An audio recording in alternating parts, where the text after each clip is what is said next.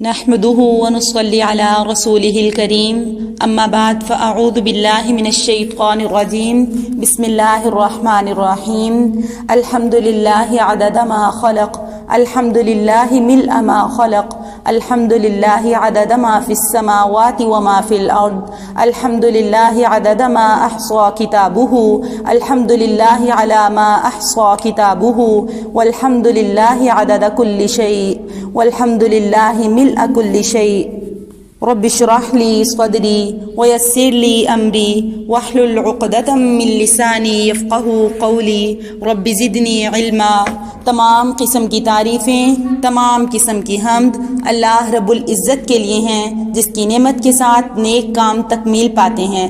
اسی کی حمد ہے، اسی کی طرف لوٹنا اور قبروں سے نکل کر اسی کی طرف جانا ہے۔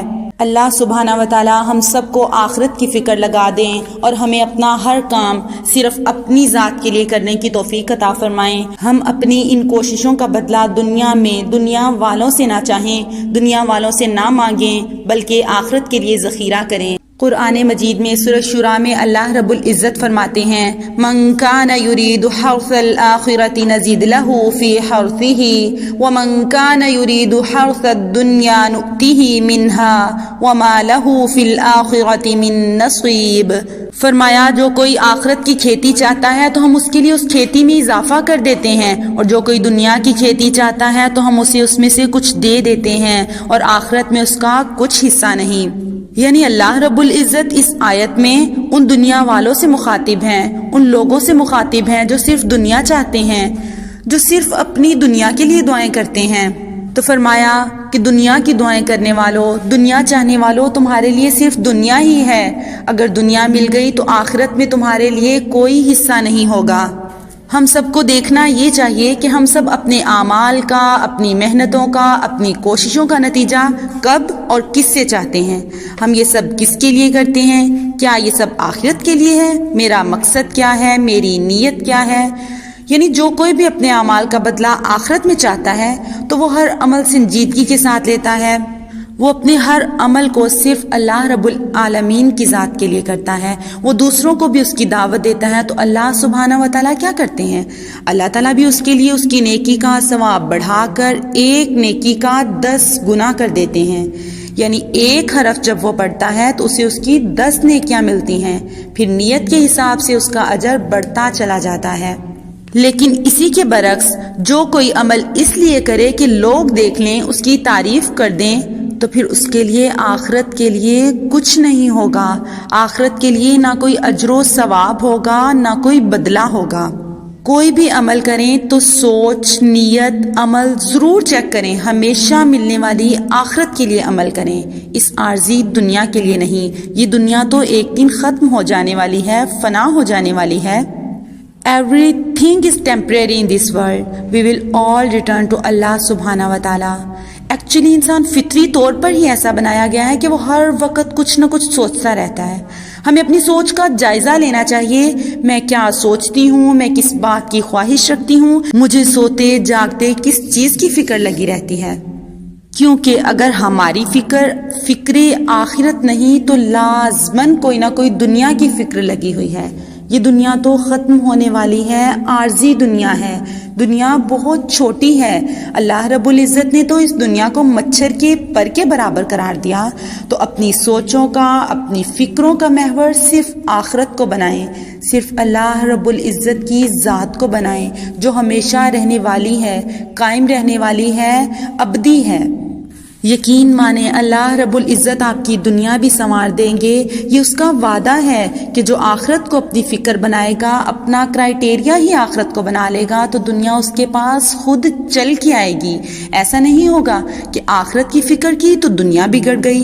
دنیا کے کام بھی آخرت کے فائدے کے لیے کریں، نیت اچھی رکھیں، اجر ضرور ملے گا۔ دنیا کے کام کرتے ہوئے بھی اپنی نیت آخرت میں ملنے والے اجر کی رکھیں، ضرور فائدہ ہوگا۔ کیونکہ آپ صلی اللہ علیہ وآلہ وسلم نے فرمایا انما الاعمال بالنیات، بے شک اعمال کا دار و مدار نیتوں پر ہے۔ بس چیک یہ کرنا ہے کہ کیا کام کرتے ہوئے ہماری نیت آخرت کی ہے۔ ایکچولی ہم باقی ساری باتیں کر لیتے ہیں مگر ہماری سوچ میں آخرت نہیں ہوتی، ہماری سوچ میں ہماری وہ فکر نہیں ہوتی، ہماری فکروں میں ہماری وہ فکر نہیں ہوتی جو ہمیں ہونی چاہیے۔ ایکچولی ہم نے جو اپنا کامیابی کا کرائٹیریا بنایا ہے اس میں بھی ہم نے دنیا والوں کو آگے رکھا ہے۔ ہمیں لگتا ہے کامیاب وہ ہے جو دنیا میں سب سے اونچے عہدے پر ہے، جو دنیا میں سب سے زیادہ پیسے والا ہے، لیکن اللہ رب العزت کے ہاں ایسے انسان کی کوئی ویلیو نہیں، ایسے انسان کی کوئی قدر نہیں، کوئی عزت نہیں جو صرف دنیا میں عہدے والا ہے، آخرت کے لیے اس نے کچھ نہیں کمایا۔ اللہ رب العزت کے ہاں کامیابی کا کرائٹیریا کیا ہے؟ اللہ تعالیٰ فرماتے ہیں وَبِالْآخِرَةِ هُمْ يُوقِنُونَ أُولَئِكَ عَلَى هُدًى مِّن رَّبِّهِمْ وَأُولَئِكَ هُمُ الْمُفْلِحُونَ، اور وہ آخرت پر یقین رکھتے ہیں، یہی لوگ اپنے رب کی طرف سے ہدایت پر ہیں اور یہی لوگ فلاح پانے والے ہیں۔ فلاح پانے والے کامیاب لوگ اللہ رب العزت کے ہاں وہی ہیں جو آخرت پر پختہ یقین رکھتے ہیں۔ یقین کا دعویٰ تو ہم بھی کرتے ہیں، لیکن ہمیں وہ یقین نہیں جو یقین صحابہ کرام کا تھا، جو یقین ان لوگوں کا ہوتا ہے جن کا صرف آخرت پر ایمان ہے، جو صرف آخرت کے لیے عمل کرتے ہیں۔ یاد رکھیے کہ اللہ رب العزت کے پاس دنیا کا ثواب بھی ہے اور آخرت کا ثواب بھی ہے۔ دنیا بھی اللہ رب العزت نے دینی ہے، آخرت بھی اسی نے دینی ہے۔ تو ہمیں کیا چاہیے؟ ہمیں چاہیے کہ ہم اللہ رب العزت سے دنیا اور آخرت دونوں کی بھلائی کا سوال کریں۔ جناب محمد رسول اللہ صلی اللہ علیہ وآلہ وسلم اپنی دعاؤں میں اس دعا کو کثرت سے شامل کیا کرتے، ربنا آتنا فی الدنیا حسنہ وفی الآخرۃ حسنہ وقنا عذاب النار۔ بس جو آخرت کو اپنی منزل بنا لے، اپنا گول بنا لے، تو دنیا اس کو راستے میں خود بخود ہی مل جائے گی، لیکن جو صرف دنیا کو منزل بنائے، دنیا کو اپنا گول بنائے، تو اس کے لیے آخرت میں کچھ نہیں ہوگا۔ ایکچولی دنیا کی محبت نے ہمیں آخرت سے غافل کر دیا ہے۔